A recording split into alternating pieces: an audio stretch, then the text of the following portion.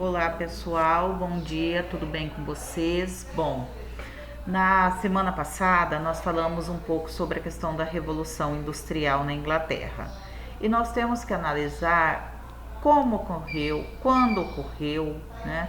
Esses fatores, o que trouxe de motivação. Então eu trouxe dois esquemas para mostrar isso para vocês. Nesse esquema aqui, né, o módulo 26 de um material que eu tenho, né, Revolução Industrial na Inglaterra, ele vem trazendo um resuminho, né, o que levou à Revolução Industrial, para que ela contribuiu, ela trouxe mudanças na questão da economia, na sociedade, na política e também na cultura, como nós vimos nos nossos textos anteriores, né, a questão social, a saída do povo lá do campo para vir para a cidade, a questão política, né, a organização de grupos, né, e tudo isso começou a acontecer principalmente na Inglaterra, né, devido à questão do cercamento, serem instaladas as primeiras indústrias, né, e também pelo fato das revoluções políticas da Inglaterra terem estimulado essa transformação na sociedade inglesa.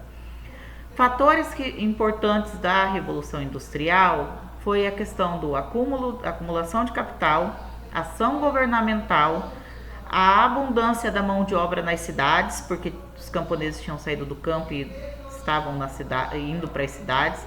Acabou tendo uma abundância de mão de obra, uma grande oferta de mão de obra, já que eles precisavam sobreviver, se submeteriam a qualquer coisa para isso, né? O trabalho era algo que era necessário para a sobrevivência, e também a ampliação do mercado consumidor, fazendo-se em grande escala, automaticamente também o preço diminui e aí tem toda a transformação, né? Sai do artesanato para a manufatura e aí vem para a utilização das máquinas. E o desenvolvimento do transporte, né? As frotas marítimas mercantes, né? Que a Inglaterra tinha colocado lá com Oliver Cromwell sobre os atos de navegação, que os navios ingleses só poderiam comercializar com países amigos da Inglaterra, e também a questão da matéria-prima, né, os recursos naturais. A Inglaterra tinha o carvão mineral, né, tinha o carvão mineral e também tinha grandes propriedades para a criação de ovelhas. Tá?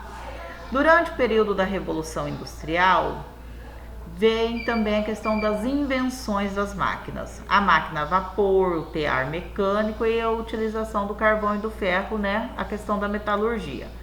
Né? Era necessário ter um espaço maior para a colocação dessas máquinas. Assim surgem os espaços das fábricas. Tá? E os efeitos, né?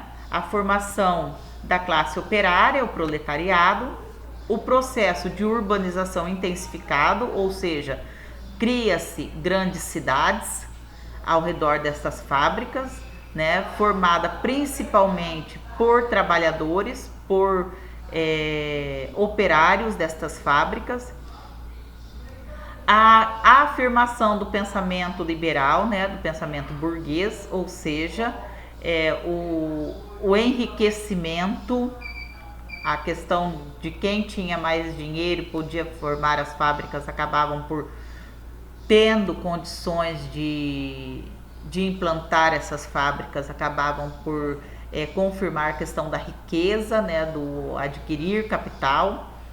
O movimento ludista, que foi também chamado de movimento quebra-máquinas, que incentivava os operários a jogarem objetos dentro das máquinas para que essas máquinas quebrassem e dessa forma eles pudessem ter também um pouco de folga. E a organização dos sindicatos, né, com as oposições ideológicas ao capitalismo, né, o socialismo e o anarquismo. Então as pessoas começaram a se organizar, a colocar as suas ideias, a mostrar que o trabalhador também poderia ter direitos, a lutar por esses direitos e claro que, sendo oposição à questão capitalista, eram considerados como desordeiros, como anarquistas, como pessoas que estavam indo contra o sistema. Tá? Eu tenho um outro mapinha aqui para vocês também, tá? Que traz de uma forma mais colorida, vamos colocar assim, né? Então ele vem trazendo, acompanha aqui comigo pelo meu cursor, ó, o pioneirismo inglês, né? Ou seja, a Revolução Industrial, que é o nosso tema central. O pioneirismo inglês, né? Começou na Inglaterra, devido ao fato de ter uma ascensão política da burguesia, né, no século 17 e 18, final do século 17, foi um período de acúmulo de capitais e houve a invenção da máquina a vapor.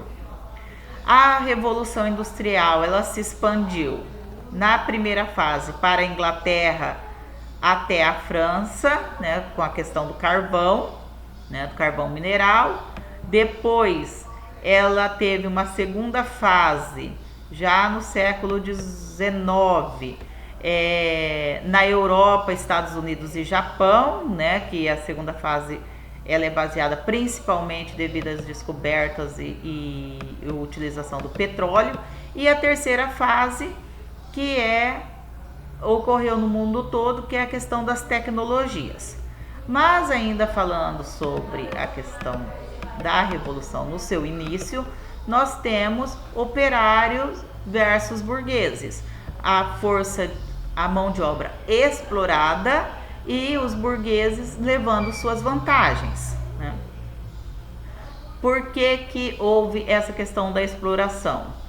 Como os operários eles saíram do campo por não terem boas condições de trabalho, eles acabaram indo para as cidades e se submetendo ao trabalho das fábricas.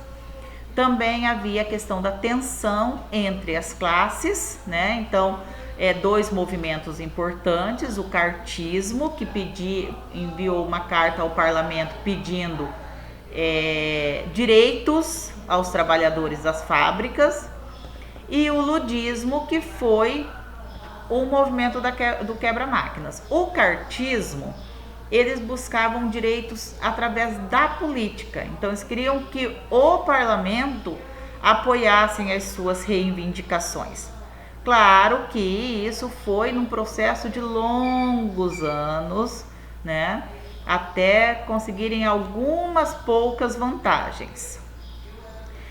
E também, né, a questão da Revolução Inglesa, que trouxe vantagens aos burgueses, né, poderes no parlamento, a burguesia mais poderosa do mundo, a questão da utilização dos navios, os portos ingleses e tudo mais, né? E também as consequências dessa revolução, né? Houve uma nova colonização em países menos favorecidos, de grupos menos favorecidos. Método de produção se tornou mais eficiente, as mercadorias se tornaram mais baratas, porque daí sai do artesanato, da manufatura e vai-se para uma produção em grande escala. Isso acaba estimulando o consumo de mercadorias, então a burguesia passa a ter lucros em relação a isso muito maiores. Há um crescimento desordenado das cidades.